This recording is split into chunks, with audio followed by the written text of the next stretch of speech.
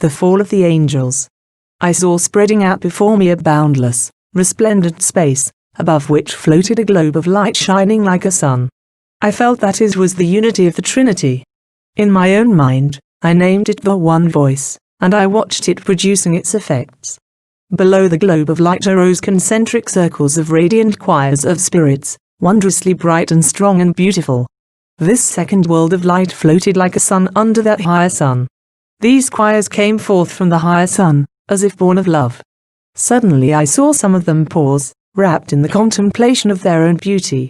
They took complacency in self, they sought the highest beauty in self, they thought but of self, they existed but in self.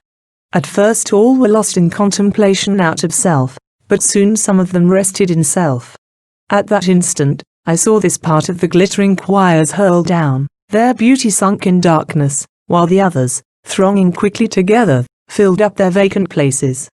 And now the good angels occupied a smaller space. I did not see them leaving their places to pursue and combat the fallen choirs. The bad angels rested in self and fell away, while those that did not follow their example thronged into their vacant places. All this was instantaneous. Then rising from below, I saw a dark disk, the future abode of the fallen spirits. I saw that they took possession of it against their will.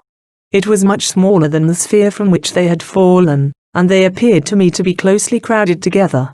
I saw the fall of the angels in my childhood, and ever after, day and night, I dreaded their influence. I thought they must do great harm to the earth, for they are always around it. It is well they have no bodies, else they would obscure the light of the sun. We should see them floating around us like shadows. Immediately after the fall, I saw the spirits in the shining circles humbling themselves before God. They did homage to him and implored pardon for the fallen angels. At that moment I saw a movement in the luminous sphere in which God dwelt. Until then it had been motionless and, as I felt, awaiting that prayer. After that action on the part of the angelic choirs, I felt assured that they would remain steadfast, that they would never fall away.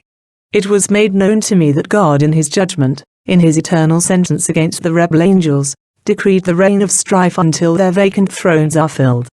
But to fill those thrones seemed to me almost impossible, for it would take so long. The strife will, however, be upon the earth. There will be no strife above, for God has so ordained. After I had received this assurance, I could no longer sympathize with Lucifer, for I saw that he had cast himself down by his own free, wicked will. Neither could I feel such anger against Adam. On the contrary, I felt great sympathy for him because I thought, it has been thus ordained. Amen.